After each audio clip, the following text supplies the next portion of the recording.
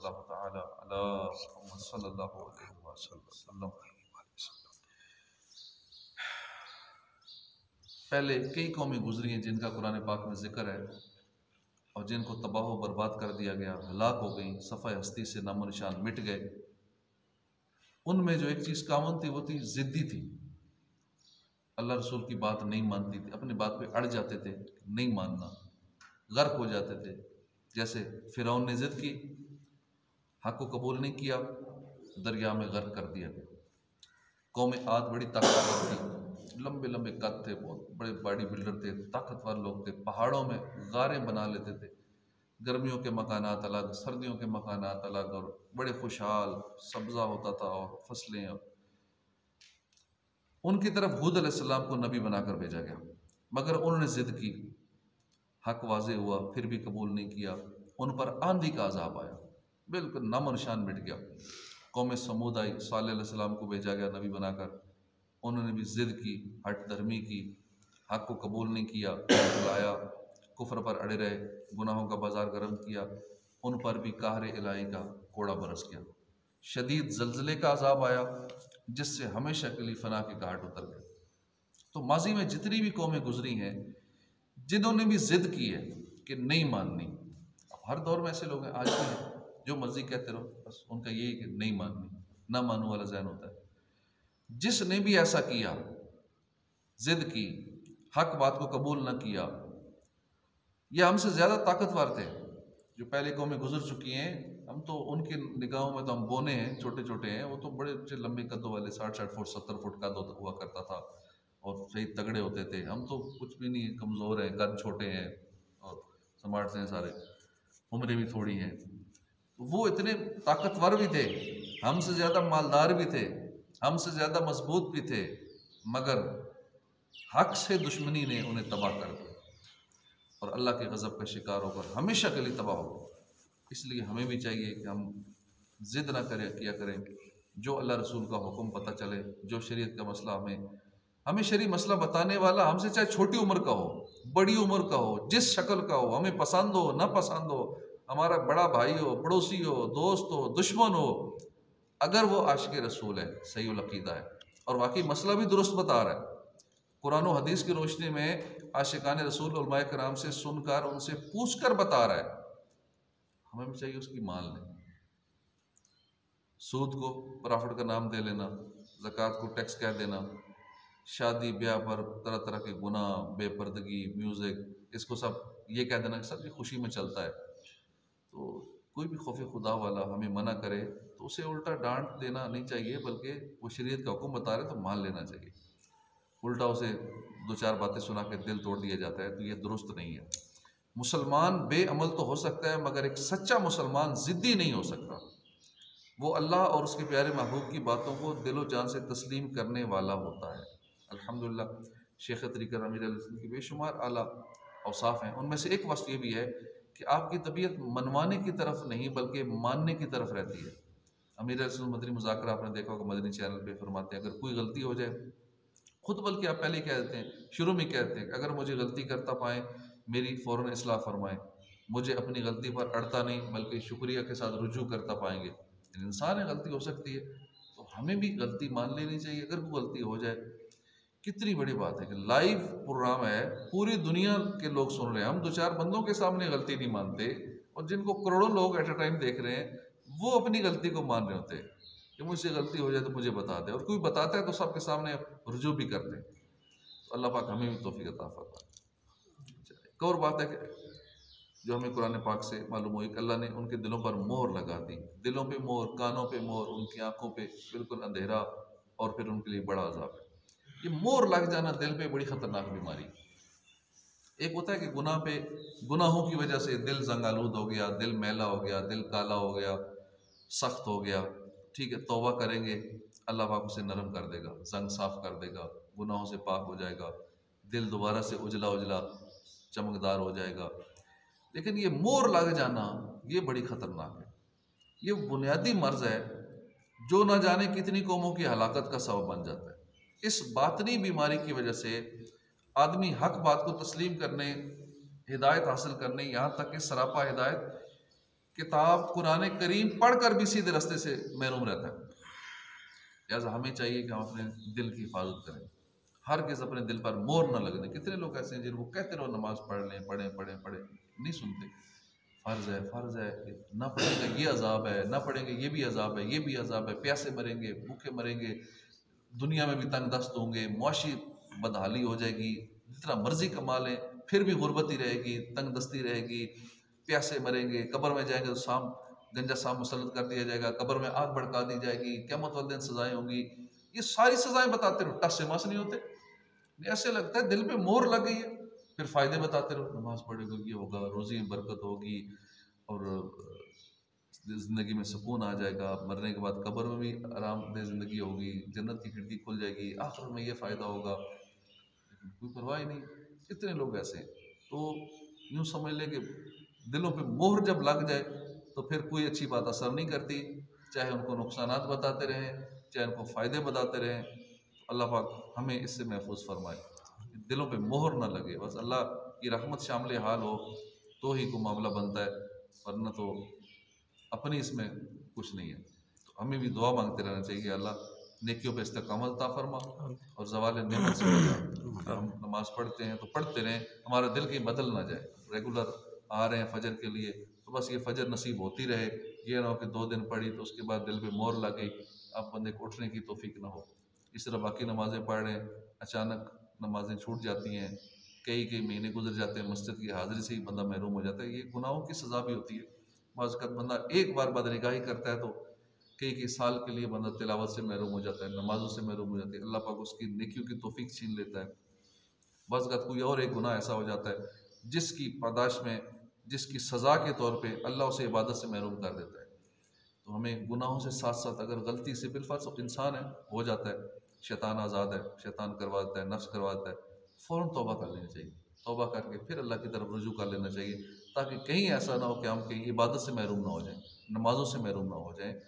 दिल मुर्दा दिल नहीं, उसे ज़िंदा कर दोबारा, यही है उम्मतों के मर्ज़े कोहन का चारा। तो दिल पर मोहर लगने के बहुत सारे वजूहात हैं, असबाब हैं।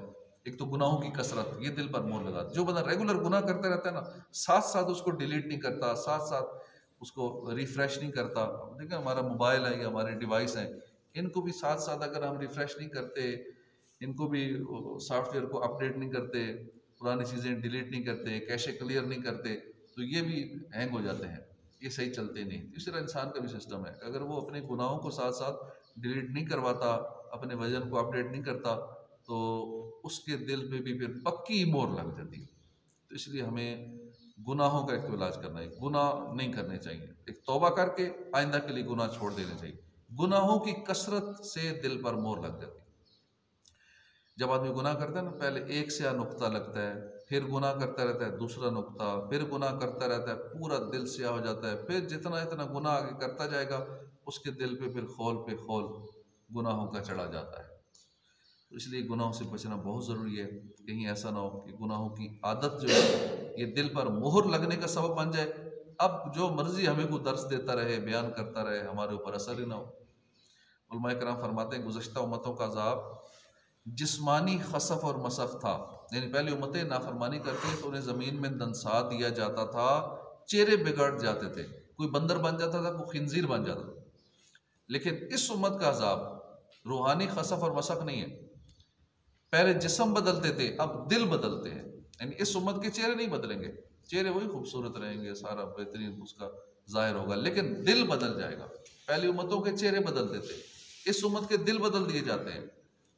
अल्लाह पाक कुरान करीम में फरमाते हैं, और हम फेर देते हैं उनके दिलों को और आँखों को। अल्लाह की पनाह, कैसी इबरत की बात है कि गुनाह करने से दिल उलट दिए जाते हैं। अल्लाह पाक फरमा रहे हैं कि हम दिल फेर देते हैं, उसका दिल को उलट देते हैं। अल्लाह पाक हमें ऐसी ज़िल्लत और रसवाई से बचाए।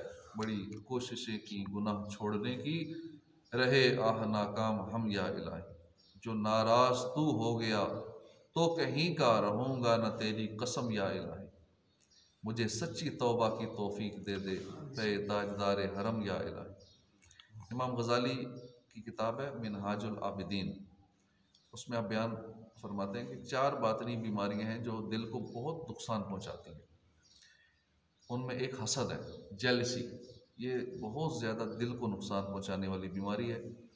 दूसरों को जो नेमत मिली हो उसको नेमत को देख के ये ख्वाहिश करना कि छिन जाए, ये नेमत से छिन जाए, इसको इज़्ज़त क्यों मिली है, छिन जाए, लोग इसके करीब क्यों होते हैं, ये नेमत छिन जाए, ये फ़लाँ खूबसूरत क्यों है, बस यही देख सोच सोच के चलते रहना, फ़लाँ मुझसे ज़्यादा खूबसूरत क्यों है, फ़लाँ के पास ज़्यादा दौलत क्यों है, फ़लाँ के पास अच्छी गाड़ी क्यों है, ये हसद करते रहना।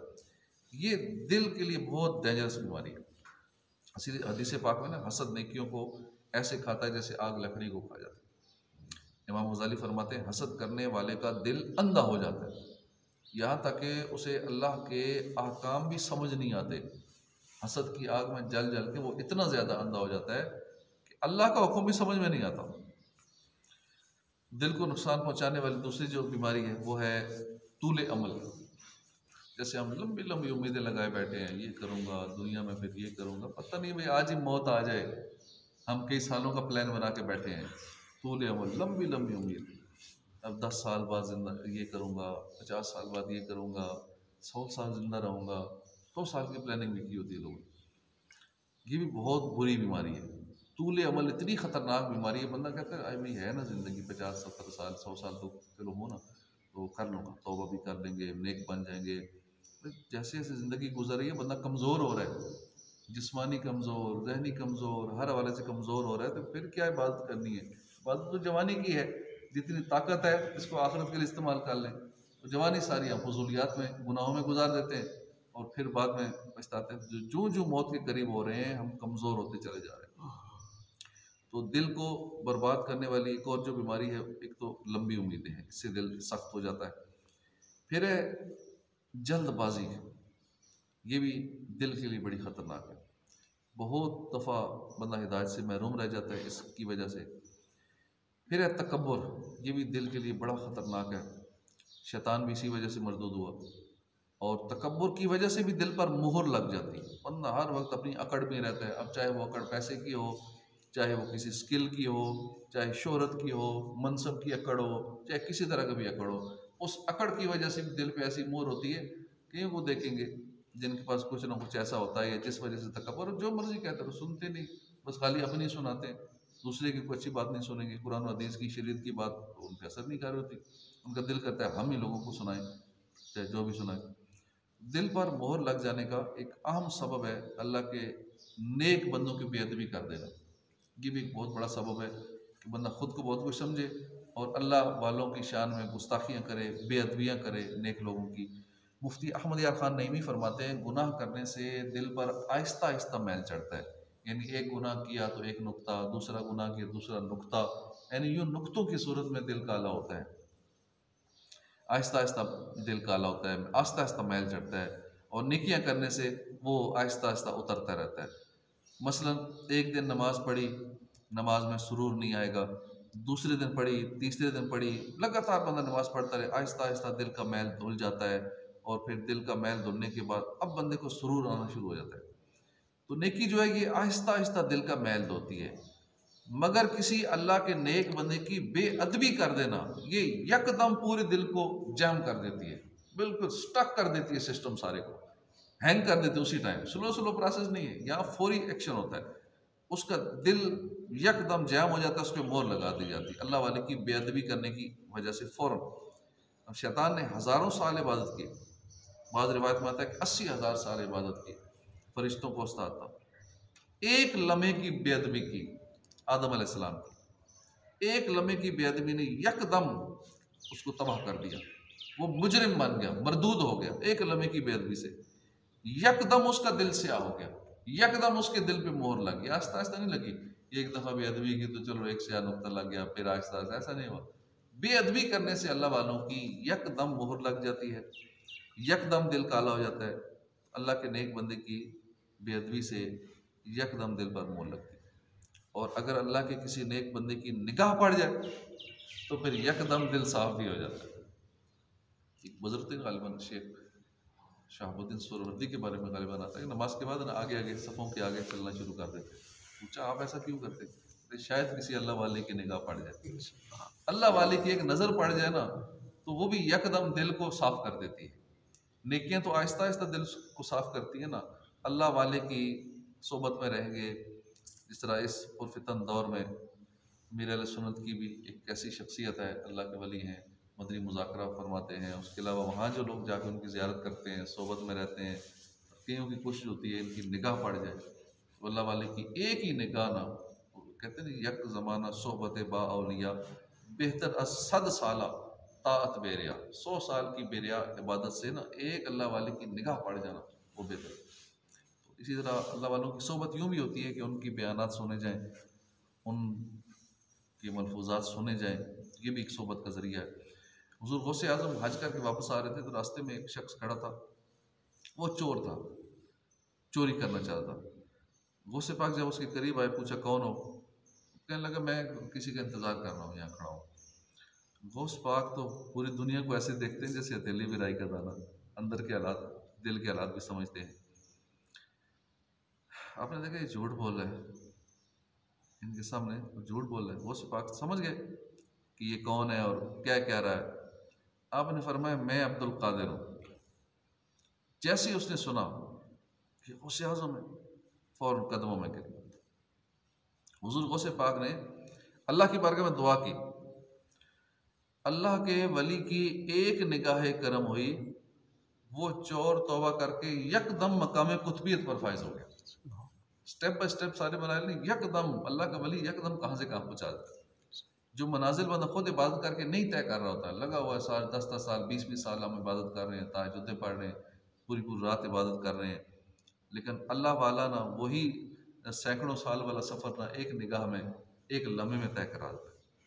इसलिए कहते हैं अल्लाह वालों के पास जाना चाहिए, बैठना चाहिए, सुनना चाहिए, ज़ियारत करनी चाहिए, बहुत फ़ायदा होता है। तो वली कामल की एक निगाह से बंदे का दिल साफ़ हो जाता है।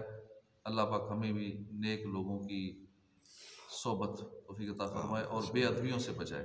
नबियों की बेअदबी, वलियों की बेअदबी, सहाबा कराम की बेअदबी, अहले बैत पाक और आशिकान रसूल उलमाए कराम की बेअदबी से अल्लाह पाक हमेशा महफूज रखे। महफूज सदा रखना शाह बेअदबों से, और मुझसे भी सरजद न कभी बेअदबी हो। आमीन बिजाह नबी आमीन सल्लल्लाहु